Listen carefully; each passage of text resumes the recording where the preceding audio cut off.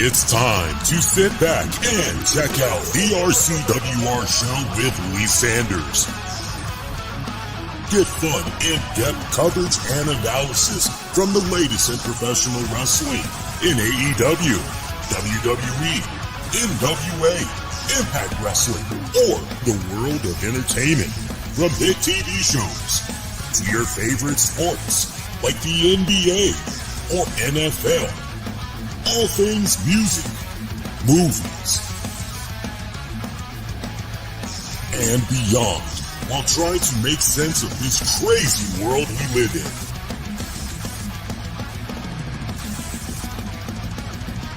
All while keeping it honest, insightful, and interactive since 2011.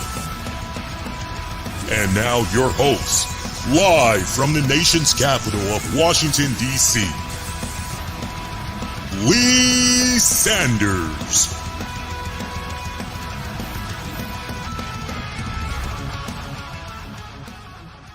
Hey, my pretty babies, what is going on for Saturday night live? At least at the time we're live right now for September.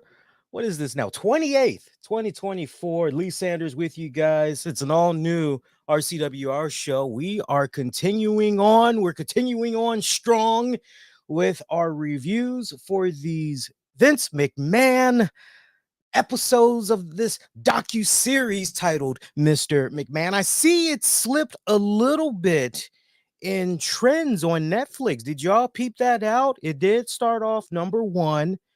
Then I don't know if it ever went to number 2. So you guys got to forgive me because I don't know if it just went from 1 to 3. But I think right now, because I just got done rewatching episode 4, just to make sure I have all my X's and O's covered, I believe now it has slipped to number 4. So, you know, I find that very, very interesting. Look, it's good. It's still good. But at the same time, I think as time progresses, and the more and more people that are watching it, the more the spread that's basically, nothing really new right here. Just keep it moving along. And it's going to continue, I think, to slip. I think that's maybe going to be the trend. I hope you guys are having a fantastic weekend so far. Your man cannot complain because, man, I had classes today. And one of my main classes that I greatly was concerned with was my science class. And this class particularly, it deals with plants. And so I've never studied plants before in my entire life. So all this new terminology I got to learn and everything, I'm going, so I had my first exam, what was it, last week. And I was under the impression my professor was going to be grading our stuff while we were working in the lab. No, it turns out, y'all have to wait until next weekend. Like, damn. And my wife kept telling me, honey, you got nothing to worry about. Just take it cool. Just take it easy. I said, no. Like, I need to know. Like, I'm dying to know because I need to know if I'm going to be off on a good note or if I'm going to suck. This just feels totally over my head. Finally, I get my test back today and we're off to a good start. I basically got somewhere between a B- to a C+ ish. I can work with that. Like I told my wife, I said, science was never my strong point, right? I have to do this. For those of you that's like, why not just, I have to do this. It fills out a prerequisite. So if I ultimately want my degree, I have to dance. I got to do this dance on this particular topic. Hey, thank you guys for checking out the episode here. Whether you're going to be representing, checking it out live, or you'll be watching this, most likely on demand. And I've been checking out the numbers. You guys have been representing. I appreciate you guys.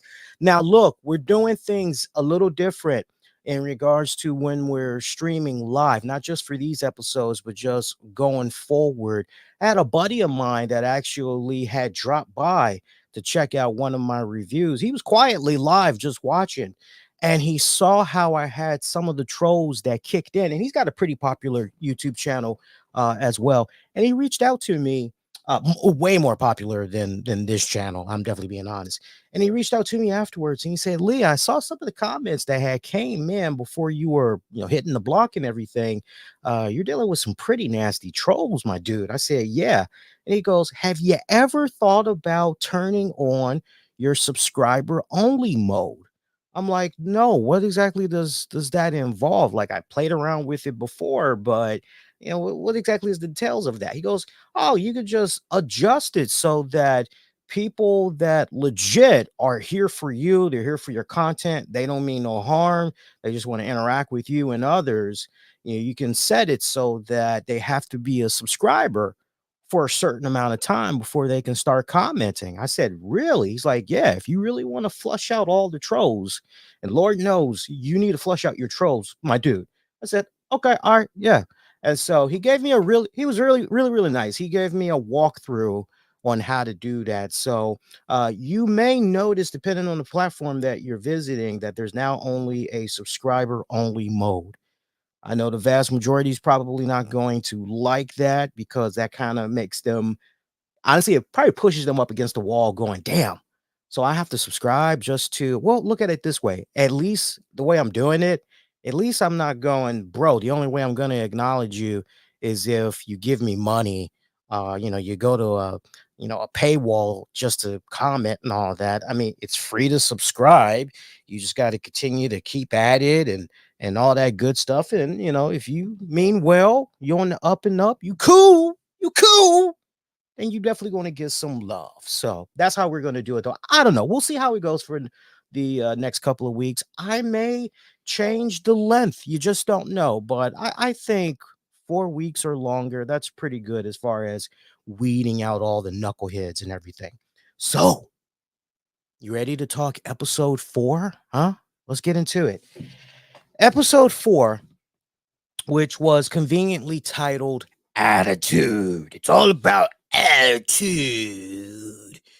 You already know from a mile away what we're getting ready to do right here. We're definitely going to be talking at great length about the Attitude Era. And, I thought in regards to talking about this episode and how we mainly focused on the Attitude Era, I thought it'd be cool to also incorporate how and much like the rest of the series that we've been reviewing, but I really thought it'd be great to incorporate how I was experiencing the Attitude Era in real time, along with my friends and family, to add more context because there was quite a few things that they did not mention, they being the producers, that they did not get into with Vince McMahon here, which just once again, it just comes down to good old fashioned research and at the same time, common sense.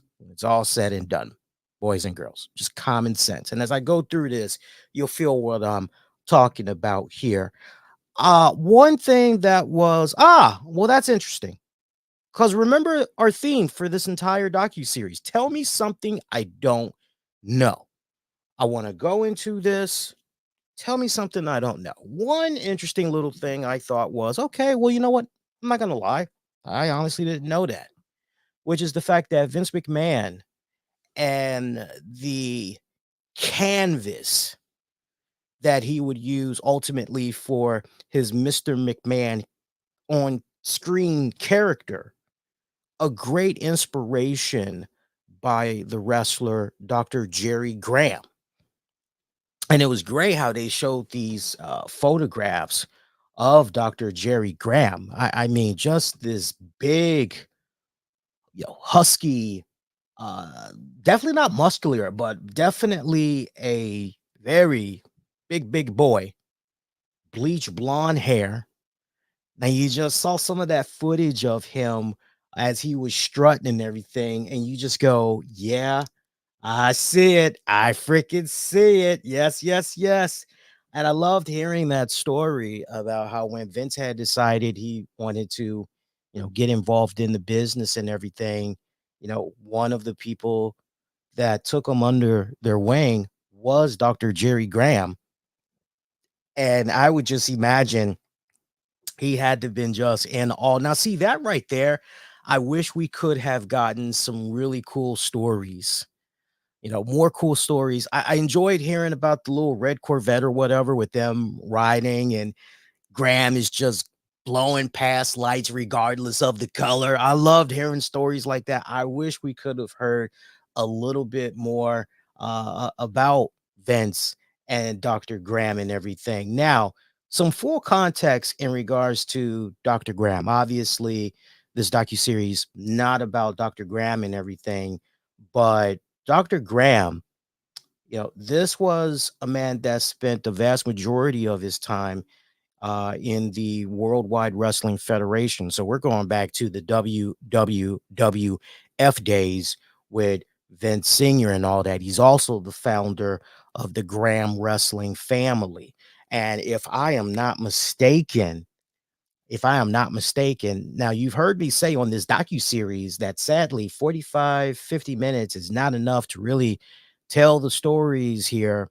But in regards to the Graham wrestling family, I will give an honorable nod to a recent episode of Dark Side of the Ring that covered the Graham wrestling family. And that Graham wrestling family, so much goddamn tragedy that's involved with that and everything. I personally would have loved to known, hearing about how Vince McMahon, Dr. Graham, that was a great influence. I would have personally loved to known how he felt essentially when a person that he idolized greatly patented a lot of his stuff after. How did he feel when this man died? Because this man died in 1997, right? So, and I don't want people to go that saw the docu series seeing the footage of Dr. Graham. I don't want you guys to go, oh, wow, he lived to be pretty damn old, Lee.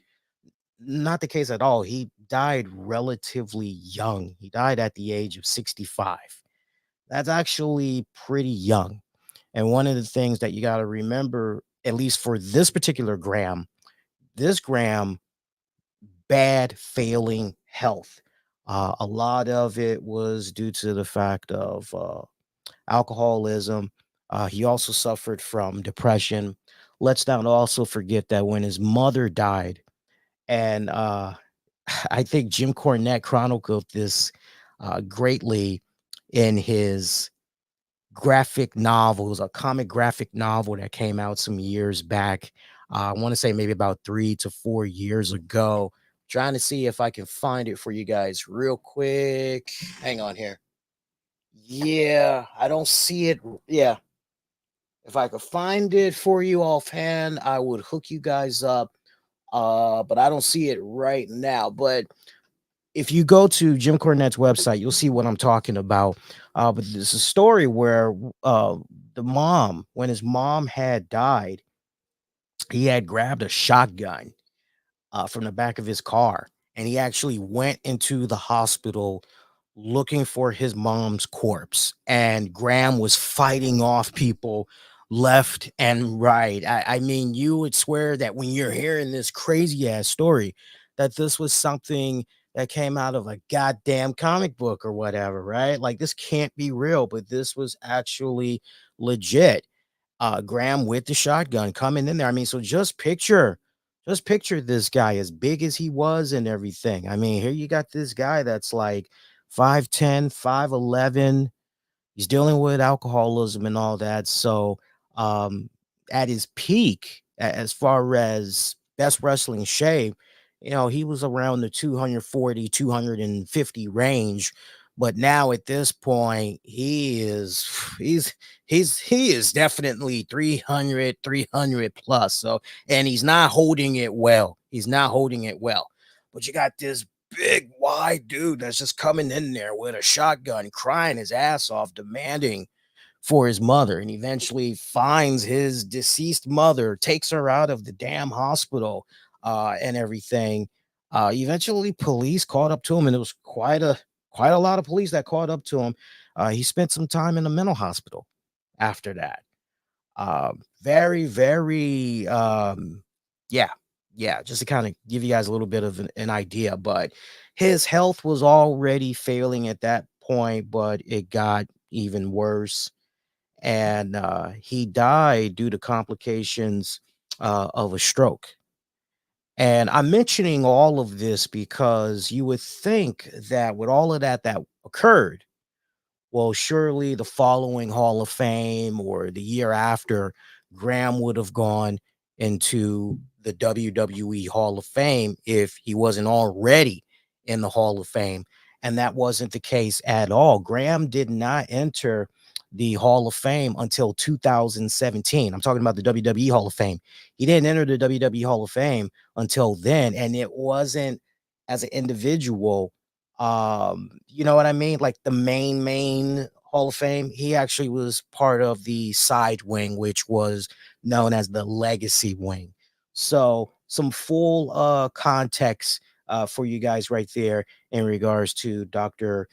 Jerry Graham, uh and former NWA Southern Heavyweight Champion. The feuds there with superstar Billy Graham, right down to the point in superstar Billy Graham's book, he spoke about his real life hatred for Graham. Uh, if I'm not mistaken, Freddie Blassie did not like Jerry Graham. So, it's interesting to me watching this docu series because a recurring theme that I keep seeing here, Vince McMahon gives the guys an inch, and it's an opportunity for all involved to take that inch and try to go a mile, but they don't do it.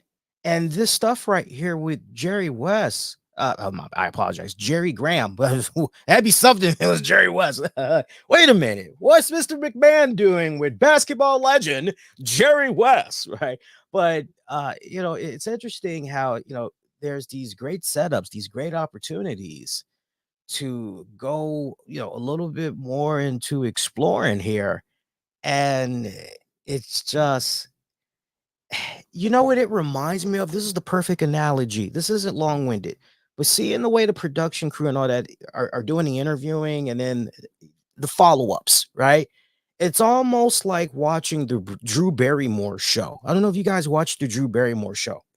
The only reason why I know this is because we actually had recently did a film study breakdown on what makes a good interview and all that in one of my television production classes. And we had scrutinized the hell out of this interview that Drew Barrymore did, where this woman had talked about, I can't remember who the guest was, but she talked about how she loved to paint and she linked it back to something personal that happened in her life. It wasn't anything bad, but it was enough of, oh, that you raised your eyebrow. And as the listener, you wanted to hear more about that. And Drew Barrymore just went, oh, wow, cool. So, and then she just did a 180 from that and then just went into the next question. It was almost as if she wasn't even listening. It was more so about her, you know, in her moment and all that. That's how it kind of feels here as you're watching this docu series. I gotta say, and just right here alone, you're able to tap into the early origins of the Vince McMahon character. You get an inch, okay?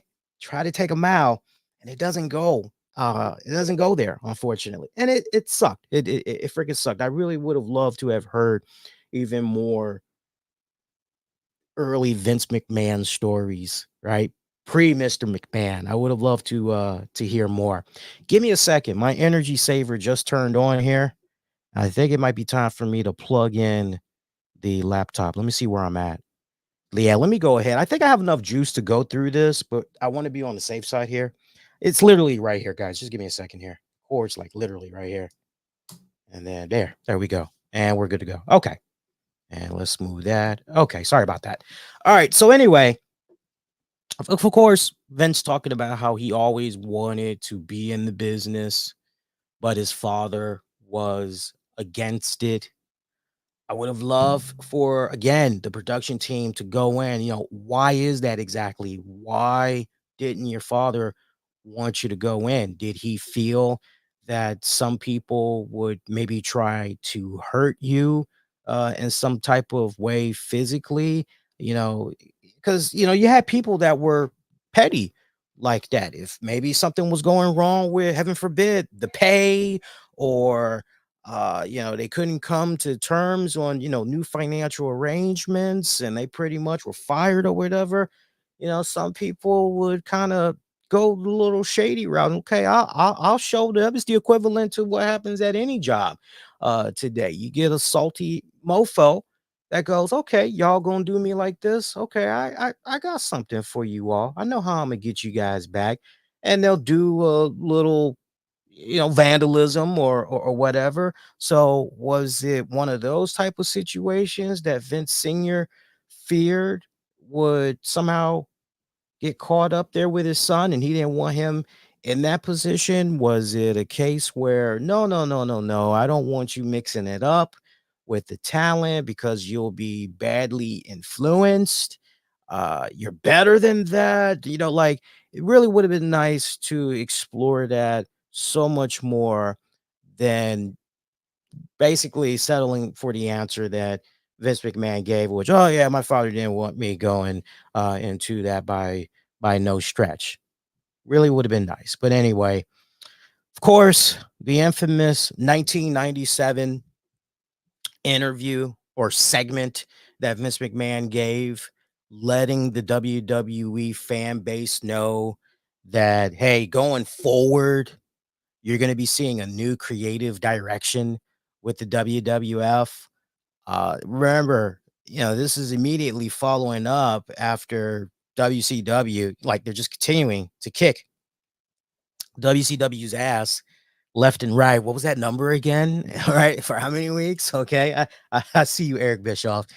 For how many weeks?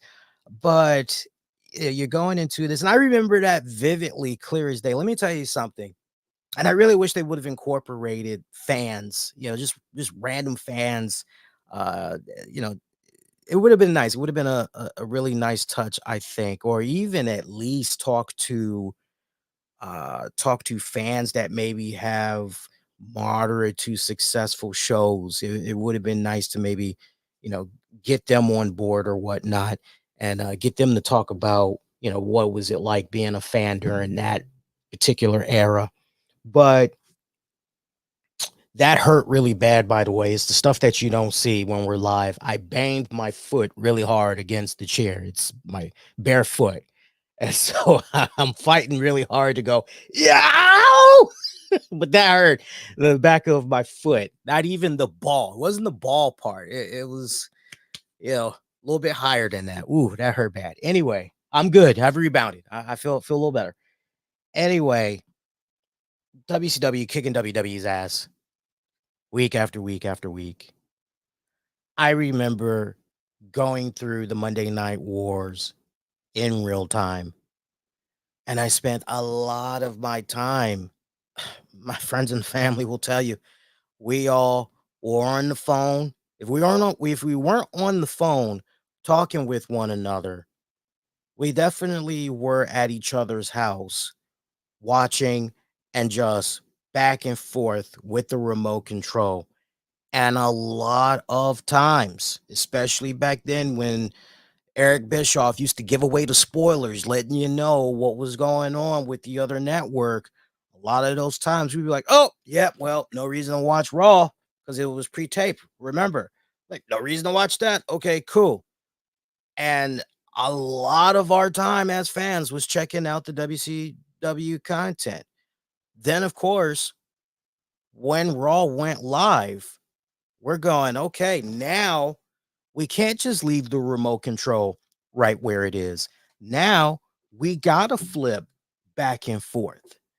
And, we don't need to go, all in depth about it and everything. But one thing for certain, when Eric Bischoff was doing his thing with the cruiserweights for WCW, those cruiserweight segments always always kicked ass. You saw some of the best wrestling that was going on there because they had talent such as Rey Mysterio Jr.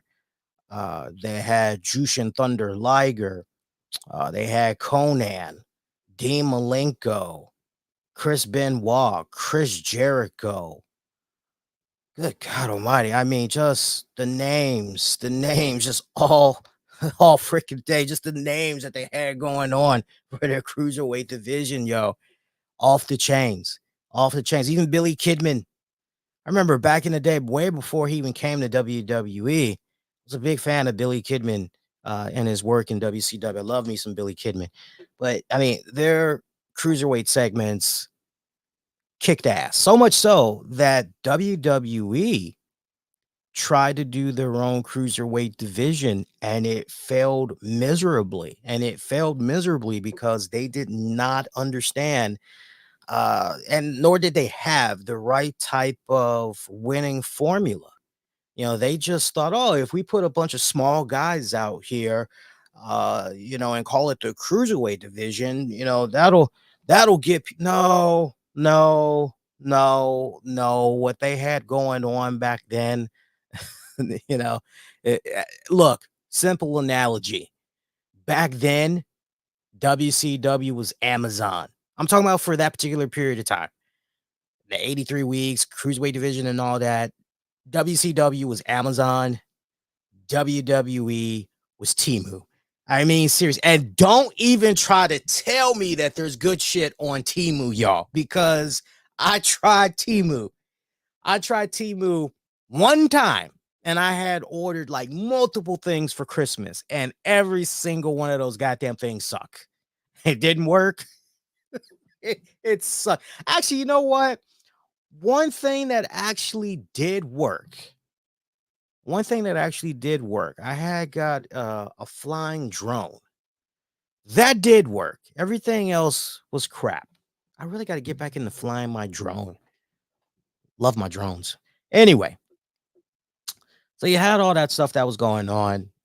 WWE getting their ass kicked. The infamous 1997, what was it? December or January 1997 segment. Vince McMahon coming out. No longer we're going to insult your intelligence. It's a new direction, it's not so much about good guy versus bad guy. I remember that clear as day, and me and my friends talking about that. What does this mean exactly? What do you think's going to happen? What does this mean? Are we going to see new superstars? Are we going to what does it mean? We all were trying to piece it together back then, but we were excited. We were very excited because for the longest time we looked at the WWE product and we said, man, this joint sucks. Like, what the hell's going on here? Again, this is before the Attitude Era. This is before the Attitude. This is before the Attitude Era had kicked in and everything. And once it had kicked in, yeah, boy, I tell you, were they off to the races? Were they off to the races? There's always this whole thing with a lot of discrepancy on when did the Attitude Era actually begin. I know Bruce Pritchard, he pinpointed it to Shawn Michaels gyrating in a pair of bicycle shorts. Triple H's response, on the other hand, I really like Triple H's response. I mean, if you were to ask me as the viewer that was seeing everything that was going on with the WWE product, essentially from its launch going all the way to now at present, as far as was there that one moment where, the Attitude Era was born? I hate to push back on Bruce Pritchard, but I actually 100% agree with what Triple H Paul Levesque said, which was it wasn't just one instance. Truly, it was during a duration of time, years actually, that we got to a point where, okay, this is definitely where we're going. This is definitely where we're going. You think about all the hokey dokey stuff that we were seeing with WWE and the characters and the demo that they were trying to go for. WCW going for that 18 to 34 demo. Meanwhile, it just seemed like WWE was stuck stuck with the little kid demo or whatever.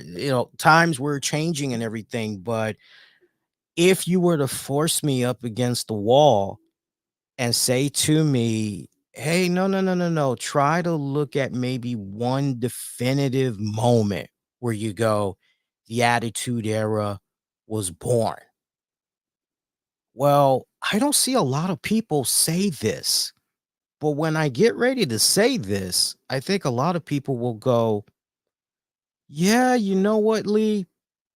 Actually, you kind of got a good point there," which is for me, in my eyes, I think the Attitude Era officially was ushered in during the new generation era. Because think about the talents that we had way back then. I mean, really stop and think about it. We had Bret Hitman Hart, HBK Shawn Michaels, Kevin Nash, Scott Hall, Psycho Sid. Who else did we have running around back then? That was part of the new generation. Yokozuna, Papa Shango, Mr. Perfect, Kurt Hennig. These guys, I just gave you guys a wide range of characters. Big Boss Man, I just gave you guys a wide range of characters, and we'd be here all night going through all the faces for that new generation era. But what all of those guys have in common is that they are these larger than life, cool characters that definitely had the attitude. I mean, my God, nobody remembers when Yokozuna back in his prime was just wrecking havoc, left and right and everything. Um, for me, I think the new generation, not definitively, you could put your stamp on it and go, this was the attitude era. But if you want to like go back through the analytics of time and say to Triple H's point about the whole, no, it was always this buildup over time. I would make the argument, and I think if you all, especially you wrestling historians out there, if you all really were to take your time and really, really look at everything leading up to that new generation, you could definitely make the argument that, okay, this was your pre-attitude era before the actual attitude era. I look at the official attitude era as nothing more than an amplification of what was happening with the new generation era.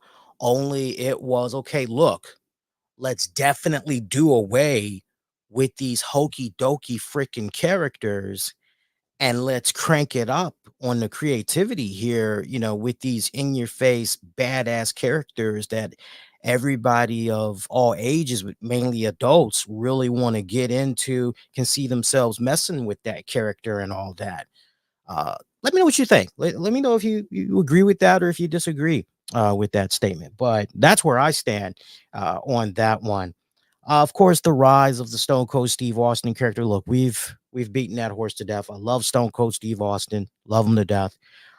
One thing that I wish they would have gone into more, and I think I'm the only one that's getting ready to mention this, but once and for all, it would have been nice to know if definitively was Steve Austin fed his 316 line. Was he fed that? The reason why, and I have pointed this out to my friends and family. Now that I'm getting ready to say this, I want you guys next go round, watch the segment, scrutinize it, and let me know what you think. But we're led to believe, now I think two things can be said that's true. I do believe the part about when Stone Cold Steve Austin was getting the countdown, he had to wrap it up. He had to think of some really cool way to wrap his promo. And that's the bottom line. I think that was all him, without a doubt. I truly believe he came up with that. No finagling with that whatsoever. No BSing with that one. But the Austin 316 joint, I have this impression that him and Michael Hayes somehow we're able to bang that out together. The reason being, watch Michael Hayes's mouth when Austin is getting ready to say it. You can see Michael Hayes mumbling word for word. Austin 3:16 says, "I just whipped your ass." Go watch his mouth. He is literally saying it, if not at the same pace as Steve Austin, he's saying it before Steve Austin. Now, I don't believe he's feeding Steve Austin. I don't believe that whatsoever, because first of all, Steve Austin isn't even looking at him while Steve Austin, that is looking at the camera and he's cutting the promo and all that. I mean, he's gingerly looking at Michael Hayes, but he's mainly looking at the camera. But now that I've said that, go back, peep it out. Y'all let me know what you think. But I think Michael Hayes might have had something to do there. And that's cool if he did, right? There's nothing wrong with that. But I'm just saying, that's something that's always that I wish we could learn a little bit more innuendo there, a little bit more about that whole, magical moment and everything. That would have been something kind of new and everything. Something else that they really didn't tap into enough, I personally feel. I'm gonna breeze past the Stone Cold stuff because honestly, that was just Steve Austin, the rivalry, the perfect foil, and it was the great rivalry for way back in the day. It was one of the greatest rivalries of all time that still holds up to this very day. You never seen anything like it before, and they tapped into, for younger listeners out there, you really need to understand, they tapped into a piece of America, and I really wish the producers know, they really would have drove this home more. And that's the fact that when you look at what was going on in America back then, you had these greedy, I mean, still to a degree, you got some of these greedy companies running around, but now they're getting their asses handed to them on social media, petitions, boycotts, and social media is really, really freaking strong right now, and checkmating these companies, especially pharmaceutical companies, holding them accountable and everything. But you go back to that particular time in the 90s, and you just had these greedy corporations with these greedy bosses that, yeah, they're doing all this stuff that's messed up. It's wrong, they know it's wrong, but the only thing that matters at the end of the day is their bottom dollar. And if you don't like it, well, tough shit, pal. There's the door. Make your exit. That's how it was back then. And you had so many people working hard for their money that was putting up with a lot of BS, a lot of BS, whether you were part of a middle class family or a low middle class family. Heaven forbid you're in a low income family. Times were tough, so much red tape that you had to go through and everything. And it was reflected greatly and a lot of the TV shows that was around during that period. From one of my all-time favorites starring Charles S. Dutton, Rock, based on a garbage man in Baltimore, Maryland, that's just trying to get by day to day, taking care of his entire family. I mean, this guy's literally, he's taking care of his wife, he's taking care of his brother, he's taking care of his father, all everybody in the same freaking roof and everything. Uh, or you look at Roseanne, way before Roseanne started to become very colorful with her political views and everything. You look at what was going on with Roseanne. Roseanne, for many, many, many reasons, but the major one, wow, look at this. This has to be like the first time that we're looking at a semi poor white family that's trying to do everything in their power to get by on a daily basis. Think about it back then, for those of you that remember the Roseanne series. For our younger folks out there, you basically had Roseanne. She was working at a straw factory, you know, chump change that she was being given. Boss was a dick. Dan Connor, the husband, doing odd little knick-knack jobs, but mainly painting, drywalling, trying to do his best to, but we would see him bounce around various jobs and all that. The sister, what was the sister's name? Jackie? No different. Everybody's struggling. So to have that Vince McMahon Stone Cold Steve Austin rivalry. Here is this asshole of a boss that has all this money, and rather than use his position to be one of inspiration, to uplift, to bring the people up that's around him and everything, here he is as basically he's flaunting his money, his wealth, his fame, his power. And here's this guy that is Stone Cold Steve Austin that is looking at all of this, and he's going, man, this is so wrong. Bump the system. You don't have my respect for the way that you're conducting yourself, and you're sticking your nose at people like me. And I mean, a great modern day American dream, Dusty Rhodes, really. Just with some serious bite. That's the best way to sum up Stone Cold Steve Austin, right? Seriously, you really take a step back and you truly think about it. Poof, like it's there. So the timing of the McMahon character and the McMahon Austin rivalry, again, it really, really did tap into a piece of Americana and everything that was happening during that particular time. Does that sound good to you guys? I mean, because it's the truth. Wish the producers would have been able to really drive that fucking home. I don't know. Not a good docuseries, I gotta tell you. I hope you guys are picking up the theme now as far as my impressions on this docuseries. Like, it's just anyway. Anyway, Mike Tyson. And I remember this clear as fucking day because I was a huge, huge Mike Tyson fan back in the day. I still remember, and I love being able to share these little, these fun little stories in between that complements some of the stuff that they're covering here, these segments for this episode.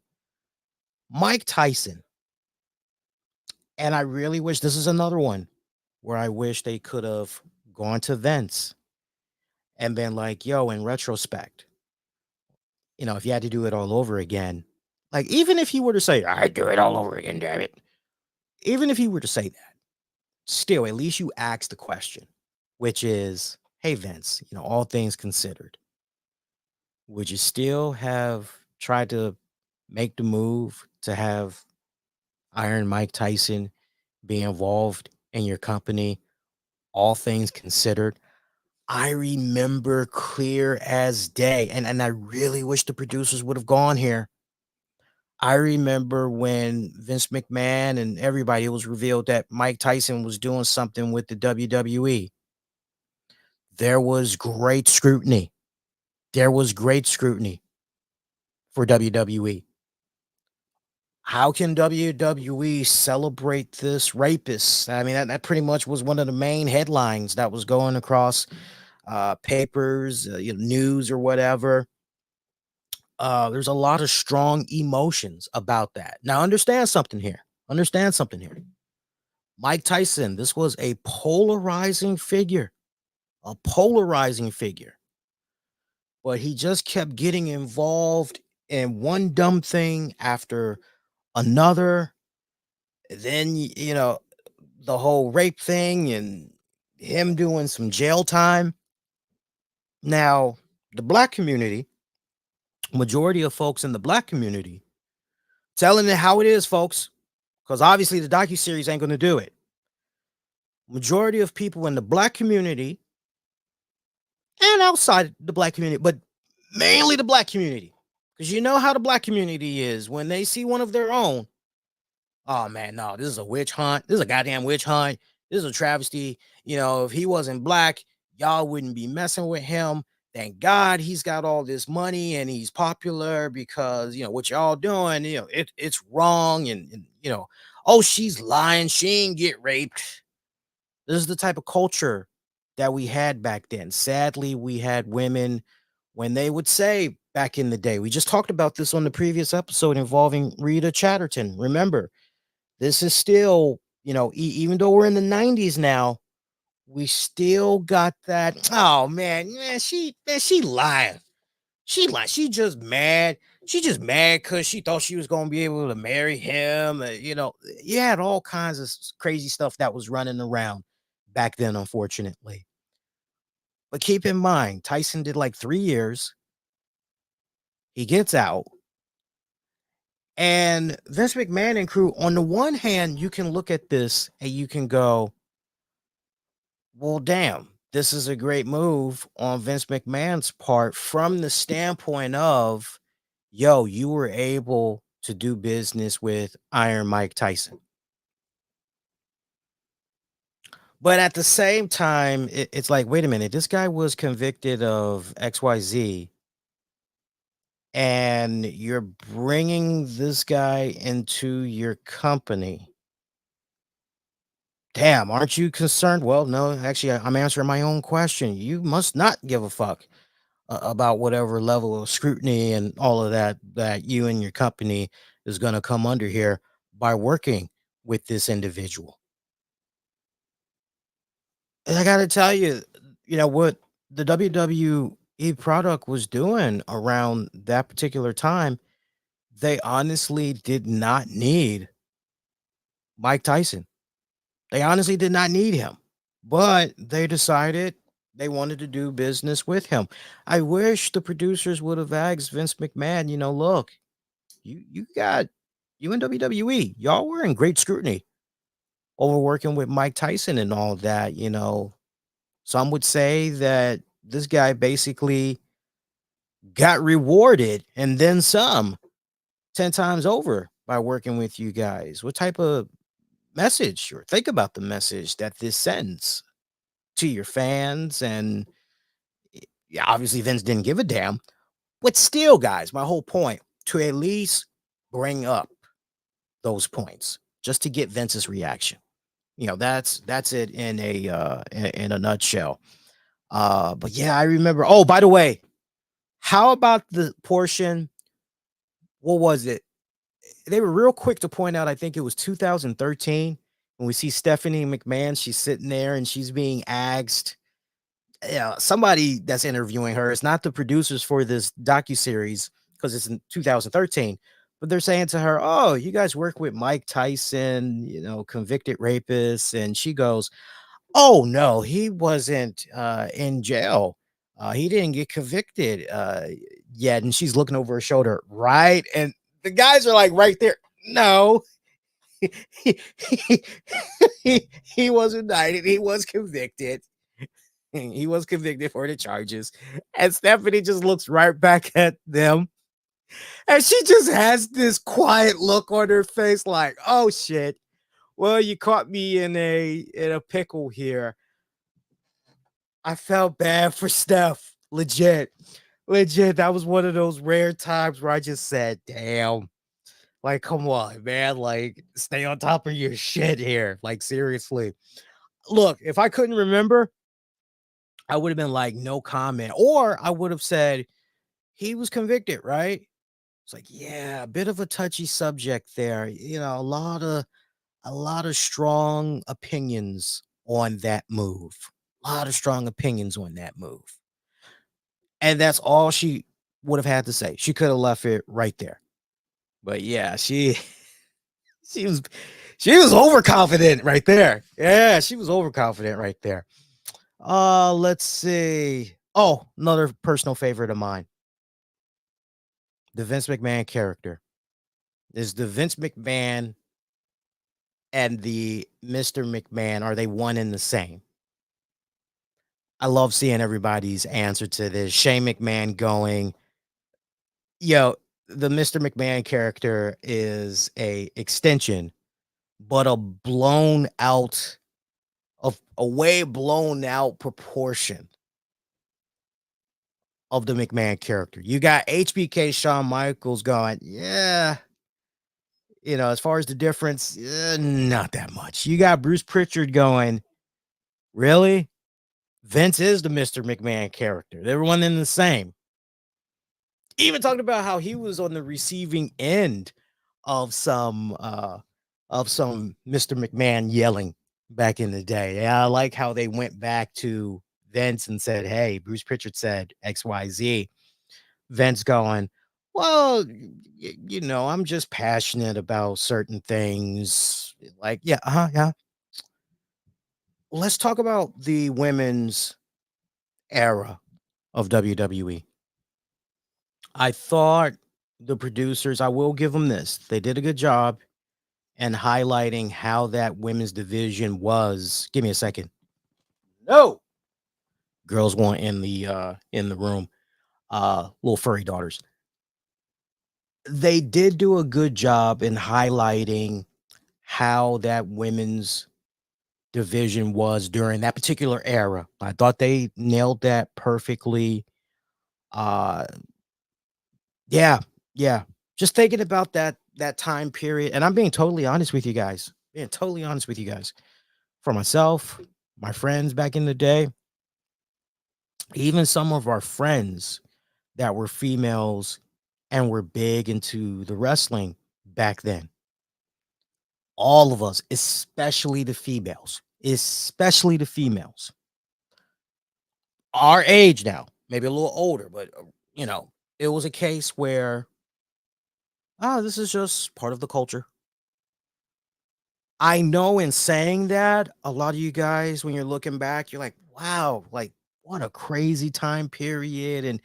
But that is where our culture was. It was greatly influenced by the type of music that we had running around. Now, I really wish that the musical aspect would have been highlighted and incorporated here and talking about this respected era of the WWE and its portrayal of the female wrestlers as nothing more than just eye candy. I mean, every single goddamn week, a bra and panties match. Hey, you're gonna wrestle in a pool of chocolate mud. Yeah, all that other good stuff. But it was where our culture was at that time. Remember during the 90s, we had the Seattle grunge era. That's where we had bands like Nirvana, Pearl Jam, Alice in Chains, Soundgarden, and then we also had bands like Bush. REM was still kicking major ass. Seven Mary 3, Cranberries. I mean, all these artists that we had running around, Stone Temple Pilots, all these artists that we had running around, creativity, creatively wise, music wise, very in your face, buck the system, you know, be you, be yourself, you know, be proud of yourself. That was dominating a great deal in our culture, and you combine that with TV shows that were becoming very risque. Everything really started with Phil Donahue because Phil Donahue, as far as talk shows go, right? Phil Donahue was one of the first, if not the first, one of the first to take his show format and go in a direction where, okay, I want to incorporate the audience. I want them to talk about some of this stuff that we're seeing here. That was like the main freaking selling point. The only reason why you really watched shows like Phil Donahue was because you wanted to know what was going to be happening with the audience, because you knew once they opened up the floor to the audience was going to be coming in with some great zingers. And you saw a great shift for a lot of talk show hosts that normally would not even go in that direction. They started adopting it as well.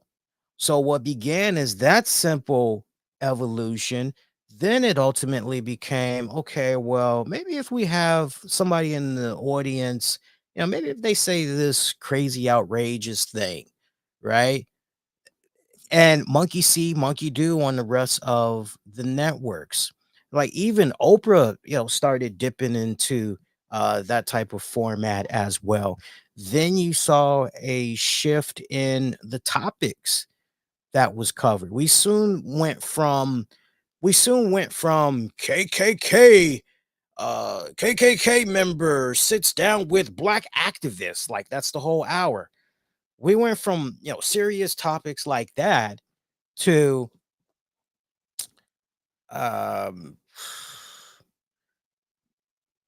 God, I'm trying to think of something fucking random. I'm just gonna say whatever comes to mind. Okay, you go from that topic I just said, KKK meets with civil rights activists, to my husband's been sleeping with a horse and a transvestite, and I won't take it anymore.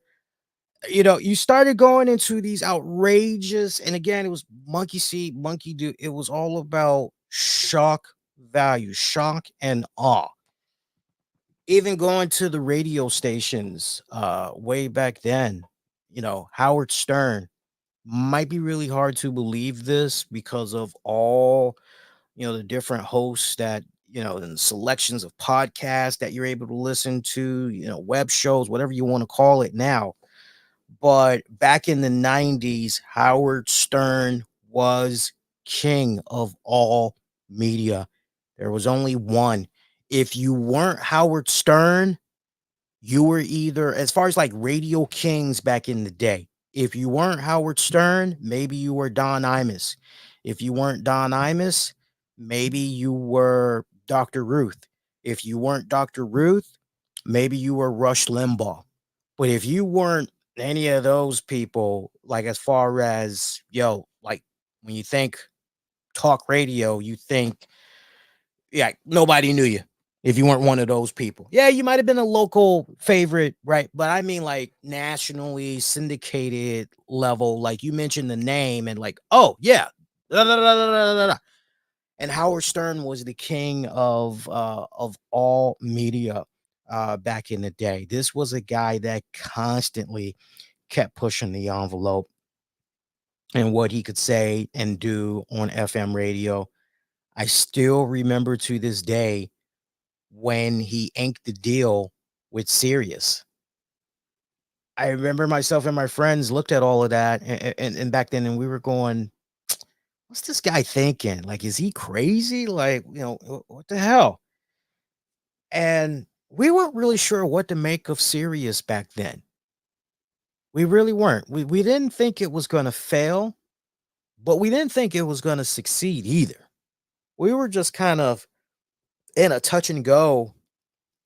We felt heartbroken. I can tell you that much. A lot of us felt heartbroken because it was like, man, Howard Stern, like, you're gonna go to these guys over here at Sirius, you're taking your show and everything, you're kind of leaving us out in the cold. Like, what the hell, dude? Like, not cool.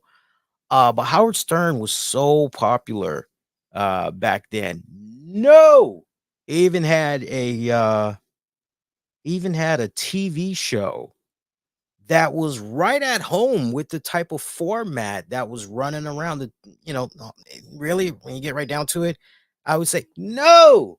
When you get right down to it, the TV 14, MA format or whatever, he definitely was in that realm, so to speak.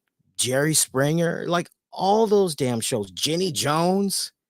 My God, I still remember. And if you guys want something to check out as far as fun trivia goes, look up the Jenny Jones episode where you had this gay guy that had this infatuation with his neighbor. Old heads know what I'm talking about. Basically, it was one of those, I have a crush on you, bet you didn't know, one of those type of shows. And the guy that was straight, he was told by producers, look, somebody has a crush on you. And he was told it may be a man, it may be a woman. You cool with that? And he's like, oh, yeah, yeah, sure, sure, sure, no problem. So he got prepared. And when he got on the show and it was revealed to be his neighbor that had to crush, his gay neighbor that had to crush, he sold it pretty good. But you could definitely tell he wasn't a happy camper. He was not a happy camper. That gay neighbor died a few days after that taping. And that just put the whole talk show industry as a whole, it put it under great scrutiny. That's just the tip of the iceberg as far as I went in depth about some of the stuff that was going on because everything links back to WWE and everything that WWE was doing during this particular period of time. They literally were ripping from the headlines. They literally were borrowing from what they were seeing with some of the TV shows, whether you want to talk Howard Stern or Jenny Jones, Jerry Springer, Maury, Ricky Lake, or you want to look at the Connors. Uh, I'm sorry, not the Connors, Roseanne. Let's not say Connors because Connors, my God, don't even get me started on the Connors. Boy, that series sucks. Anyway, but you get the gist, right? They were ripping from headlines. Interesting the bias that is shown here because, again, you don't pick the brain of Jim Cornette. And I can't wait to hear when he gets him and Brian Last when they get to episode 4. I'm looking forward to hearing. Right now, I only have listened to episode 1. I don't know how many others they've put out, but I've only listened to their episode 1 right now. But I'm looking forward to hearing when they get to episode 4 because I'm just looking at this great omission in regards to the Attitude Era and all that. And I'm thinking about one of their writers, Ed Ferrara. I'm thinking about Vince Russo. I'm also thinking about Jim Cornette because he's pretty much right there, and he somewhat had a hand creatively as well.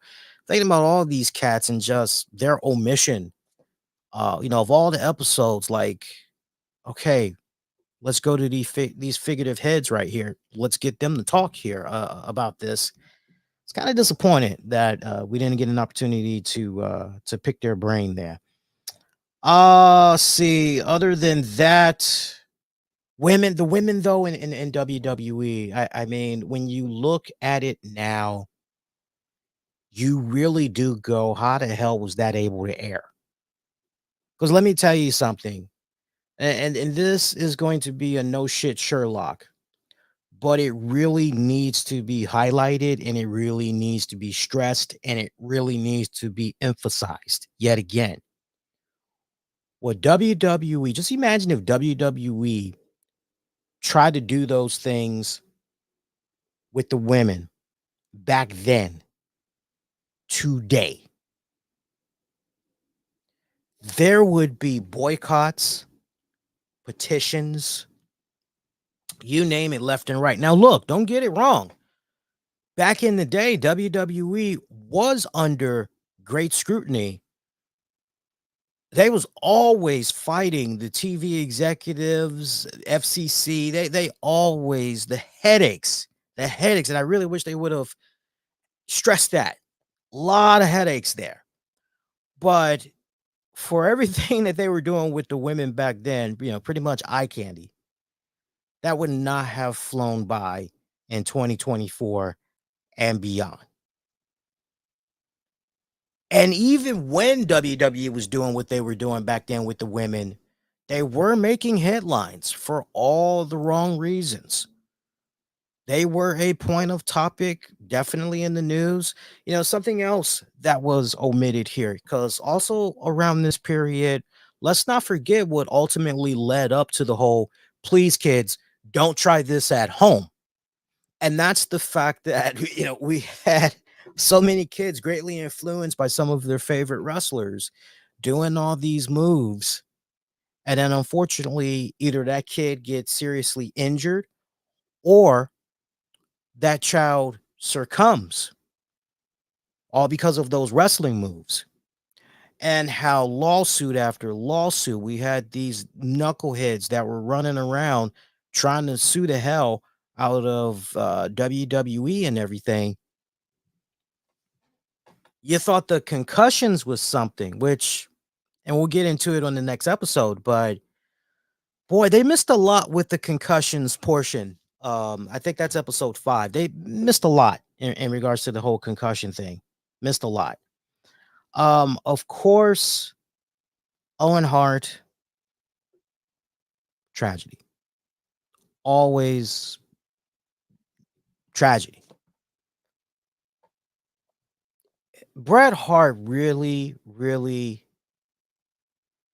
gave me a sucker punch in the gut there, because to hear him say that he thought Owen Hart was killed because they were trying to get back at him. I I, I literally shook my head. I did a double take when I heard that. I never knew Bret felt that way at one point about Vince McMahon and crew. And I told you guys off and on during this docuseries, I love Bret. Bret's my dude. Love him tremendously. That's my guy. This was one of those first times where I literally had to go, damn, dude, that is crazy. Like, of all the things to think about, that is really, you know, I understood that he was grieving and all of this other stuff, and that was something that always stuck to the back of my head, which was, why didn't Owen leave? Why didn't he tag along with Bret? Because Bret has said for years, and I honestly believe he's right, that if Owen would have left WWE, joined him in WCW, Owen would be alive to this day. Yeah, I definitely believe that in my heart of hearts, 100%. 100% I believe that. But for Bret to feel as though Owen's death was done in retaliation to him rolling out of the company and all that and all the bad things he was saying about him, and that just really make me go, ooh, ooh, like time out. Like, I don't think it's that deep, dude. I've always been in Bret's corner. I've always defended him, his stance, and this is one of those rare instances. This was my first time. This was new to my ears, at least. This is my first time going, yeah, I don't know about that one. I don't know about that one, dude. Um, that pay-per-view,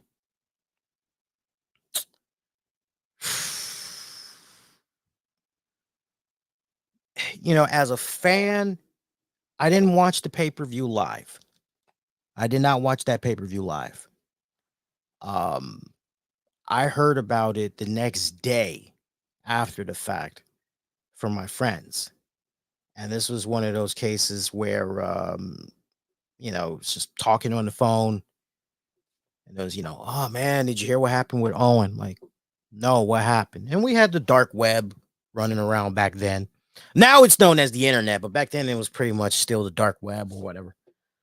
And I remember my friend had called me the next day and, hey, did you hear about what happened with Owen? It's like, no, what happened? Like, Owen's dead. Like, what do you mean he's dead? Like, what the hell happened?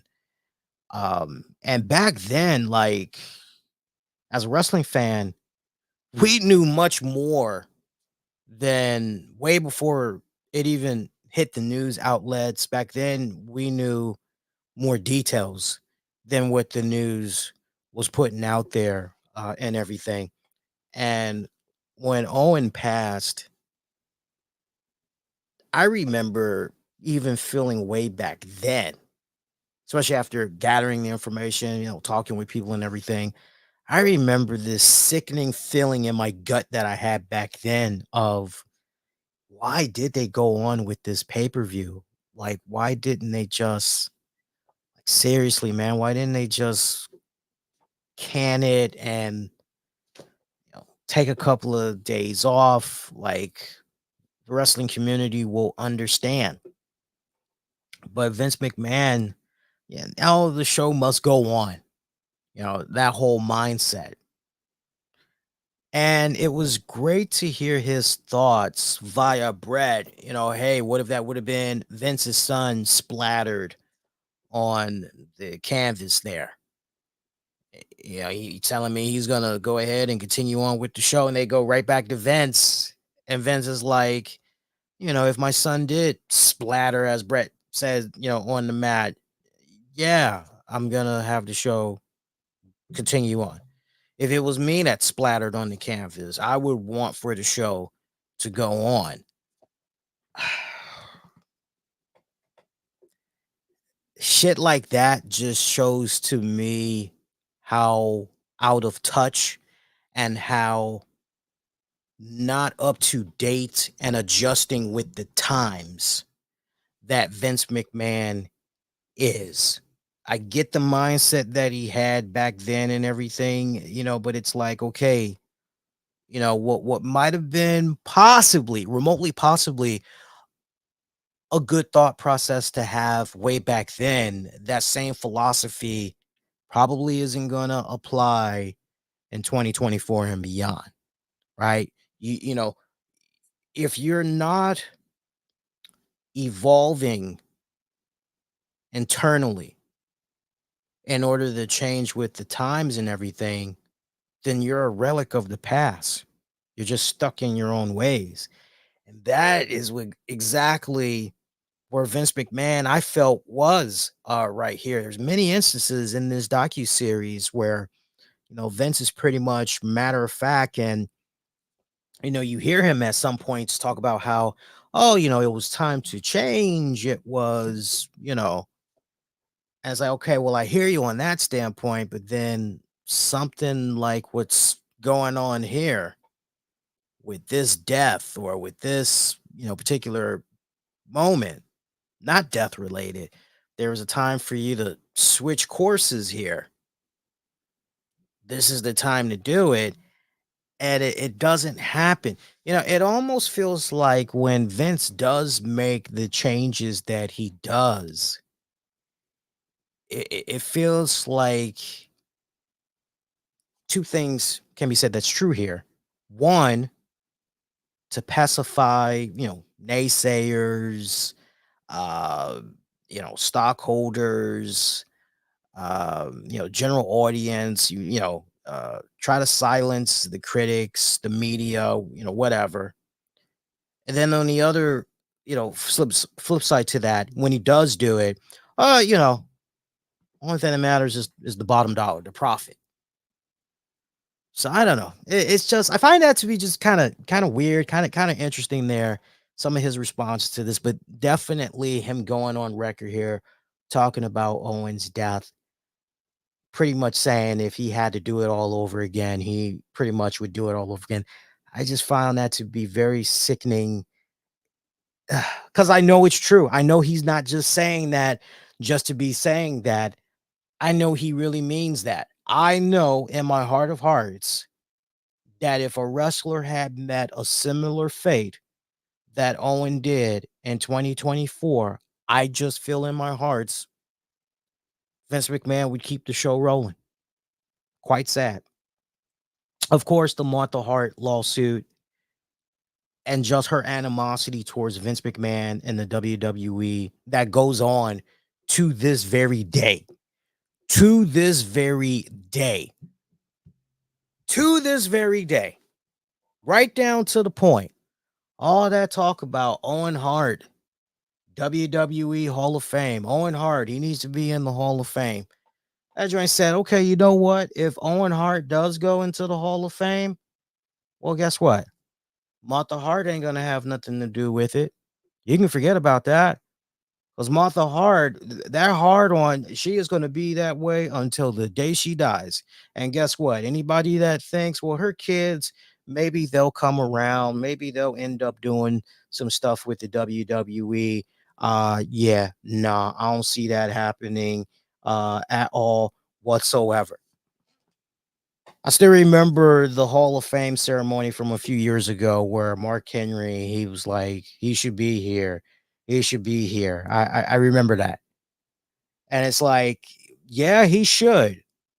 But unless Martha Hart has something to say about it, it just ain't happening. So what if, you want to go ahead and you want to induct him into a WWE Hall of Fame posthumously, you can go ahead and you can do that. You can do that. You can have Brett say some stuff or, whoever, but ain't gonna be no Martha. But she has not forgiven Vince and that company, and she never, ever will. Never. Can you blame her? That's my whole thing. Can you blame her? To this day, one of my most popular videos on YouTube, in regards to the whole Owen Hart, Martha Hart, it amazes me that I still get comments to this very day from people that go, "Oh, Martha should just allow it. Enough time has passed already. She needs to get over her feelings." No bullshit. Literally, go look at the people. She needs to get over it. Enough time has passed. Owen needs to go in the Hall of Fame. These are fans that I honestly believe are selfishly thinking about what they want to see, what they want to happen. They're not going to be able to relate to how Martha is feeling because they haven't lost somebody in that type of fashion. They haven't lost somebody that pretty much was ripped away from them, not even at an old age. So they're not going to be able to relate to that. They're going to look at it solely from the standpoint of what they want as a wrestling fan, what they think would be cool. They're not even thinking about, what would be fair. And I don't even respond to comments like that. I just let the comments slide and I just keep it moving along. But it amazes me, like right on cue, right at about the time, especially when the Hall of Fame ceremony is about to go down.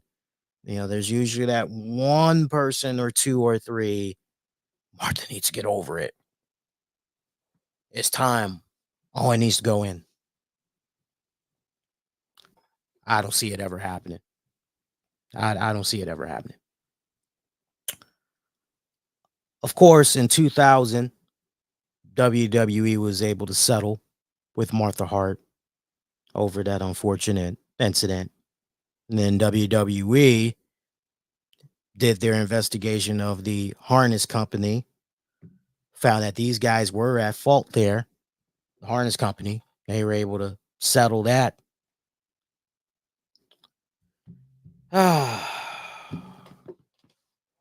Didn't learn really much anything new from this episode. If anything, I'm just looking at this episode, asking even more questions. The redundancy in these topics that have been beaten to death has me going, uh, uh, please, can we talk about something new? This is where I'm looking forward to talking about episode 5 and 6, because not to jump too far ahead, but that whole Shane McMahon portion, I think it was episode 5 or 6, guys. It feels like it was episode you know what? It is episode 5, because episode 5 is titled Family Business. So that one portion of episode 5 where Shane McMahon, just everything that he's doing to get his father's approval, his love, his affection. Man, that hits close to home. I'm looking forward to talking about that. Seriously, because that was something for years as a fan, and me and my friends and family, I was into the wrestling, something that we always wanted to know about, which is like, what the hell went down there between Shane and Vince? Where Shane just up and rolled out, like, what the hell? What the hell went down here? We'll be able to talk about the whole XFL thing. We're gonna make it fun. I promise you. We're gonna go in with some nice little fun little tidbits. Trust me, my brain's already going as far as the trivial stuff that we'll be able to talk about. Try to jazz it up, try to look at it from a standpoint of, well, if you guys would have went in this direction, like one great omission, not to jump too far ahead, I'll mention it again. But when you look at the launch of the XFL and all of that, I wish that the producers would have gone to Vince and said, okay, so look, the XFL failed. And then, eventually, we see this company, this sports organization brought back and everything, and it, kind of did a little bit well. What's your thoughts about Dwayne the Rock Johnson now owning something that, you had a hand in creating here? Would have been nice to have Vince go on record and talk about that. Any hard feelings at all, any resentment? Like, no, I mean, how you seriously answer this for me, guys? Seriously, how the fuck do you talk about the XFL and you don't bring up how ultimately Dwayne the Rock Johnson ends up owning the damn thing? And then going back to Vince McMahon for comment. How do you not go in that direction? Anybody that has a really good answer for that one, I'd love to hear it. Hey, I got a poll up on youtube.com/the RCWR show, needing you guys' help because, in case you all don't know, once we're done reviewing all these episodes, we are going to have all of them be available as just one large volume for you all to check out. And I appreciate everybody that's been casting their votes so far. You got some solid options.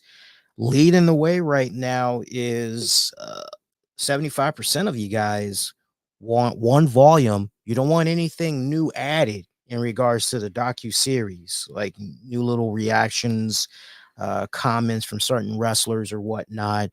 Y'all don't want any of that. So I am aware of the new Janelle Grant statements.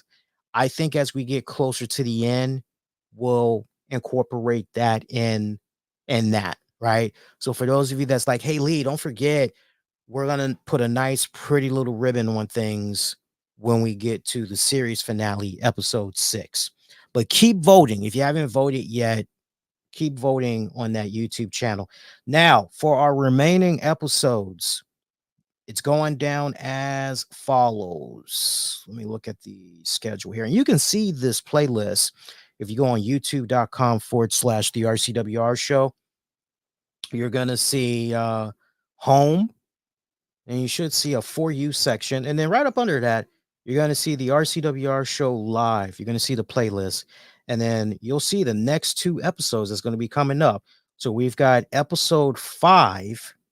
That's going to be dropping this Sunday at 5 p.m. Eastern. Now, for those of you that's going to be around earlier in the afternoon, say at about uh maybe 1 o'clock, me and Tams are going to be sitting down to do a new episode of Wrestling with the Topics. So anybody that's around, come hang out. That'll be loads fun. But if y'all just want to do the Mr. McMahon joint, that'll happen later that Sunday at 5 p.m. And then also, give me a second. No. And then also, we'll wrap it up Monday night. That is September 30th at 5 p.m. So a couple of hours before Raw comes on and all that. So that's how we're going to be doing it. Hopefully you guys been enjoying this. I've seen some of you guys that's been commenting and you guys been like, hey, appreciate this good review, good stuff. So it's nice that you guys have been, representing whether it's live or you're checking them out for on demand and everything.